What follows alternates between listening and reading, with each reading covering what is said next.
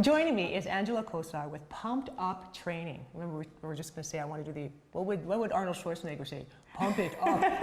Sorry, I had to throw it in there. But thanks for joining us, Angela. Thanks for having me. Well, it's great that you're here, and you know, the viewers always want to learn a little something about how to do exercise at home and to make it easy, and that's what you're going to help us with today. Yes. But first, since you're new to us, share with us a little bit about what you do. Yeah. I like that one. Yeah. Well, thanks so much, Angela. Yeah, thanks for having me. Well, yeah, we'll see you again next time. But hopefully this helps you all out there, and maybe you can do these at home and maybe integrate whatever you have around the house, as she mentioned, a chair, a sofa. But the best part is that you can make it easy or you can make it hard. But as long as you do it, that's all that matters.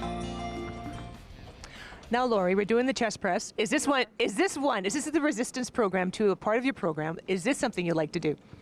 Yes, I do like doing the weights, but I do prefer still the elliptical. I can appreciate that. Now, I wanted to touch a little bit on diet. Since your heart attack, I'm sure your diet's changed a little bit. What has that meant for you? How has that changed your life and maybe your ability to move around? I'm eating a lot healthier than I ever ate. Because I always want to play in places that have symphonic abilities. Because their harmonies are beautiful. Yeah. Well, Margaret, thanks so much for telling us, and thanks for telling the history, because I think that was an important part of it all. Yeah. And I wish you well for the next 3 years.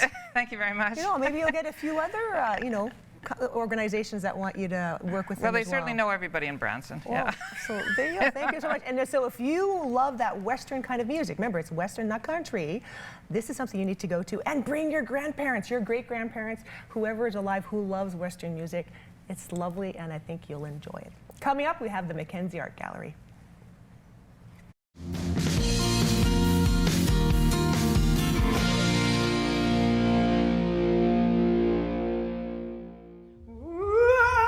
It's Fright Nights at the Royal Saskatchewan Museum, and with me today I have Laura Strum.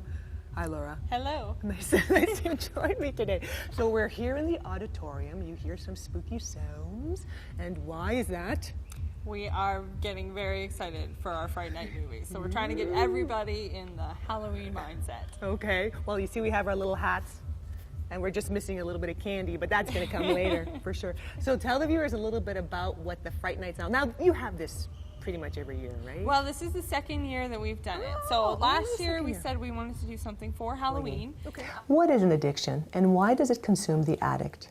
In today's society, the prevalence of addiction to physical substances has reached epic proportions, with the cost of lost work productivity, costs related to associated crimes, and increase in healthcare. To help us better understand addiction, we will consult with family physician Dr. Mohammed Mullah. He will provide his professional insight on how and why addiction to substances occurs, and how we as a society can help. Dr. Mullah, what is addiction? Addiction is a term used for a repetitive activity somebody does, knowing that there are adverse consequences of the activity. What causes addiction? Addictions in the past were considered to be either genetically involved. Now they've been able to find a specific gene area. What are signs and symptoms of addictions? The addictions are people trying to repetitively do an activity without concern for the social consequences. And how is addiction diagnosed? Addiction is diagnosed, like I said, person repeatedly going for something. And today we're going to focus on addiction, and the recipe of choice is an egg white omelet. Now, I like that you chose that. Protein. Yes. Okay. And why protein? Because you do the research, and we do both. I can't remember. Because you lose a lot of weight, I think, so you need to gain it quickly using protein. Well, what happens with addiction is most of the time that you lose a lot of vitamins and minerals. And so you're very much depleted. So adding those minerals in a multivitamin is very important.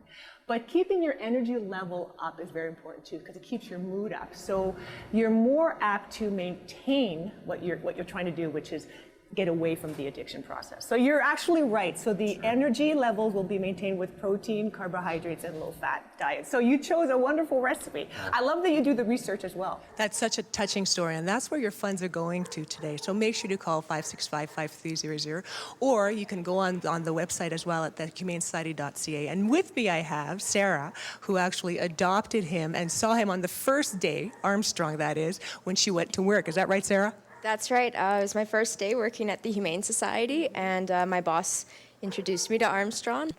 And you had no problem knowing that he had a heart murmur? No, that wasn't a huge barrier to us. I mean, he was worth it. You could just tell he was worth it. And then the puncture in the eye, any idea how that happened? Just somewhere outside somewhere? Yeah, we figure it happened when he was a stray. Tell me what it means to you to have him in your life. It's just great. Every time I come home, I'm more of a dog person, but he is. You can tell he's happy that someone's home, even if it's just to cuddle him. But I can't imagine not having him in my life now.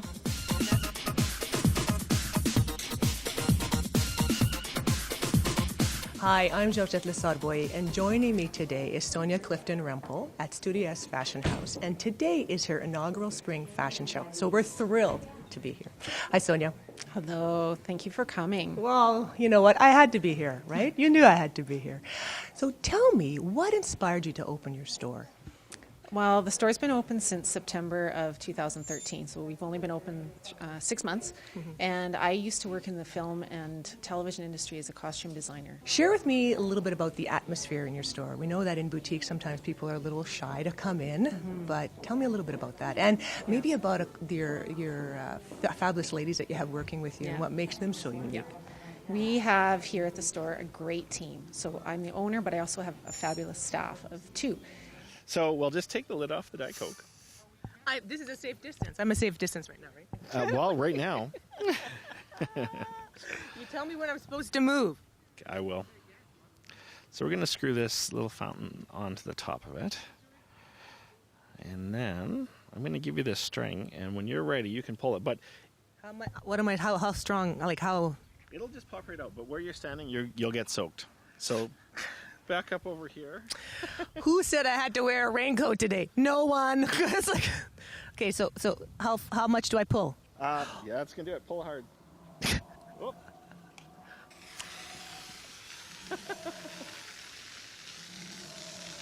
There you go. Hey, that's pretty cool. I like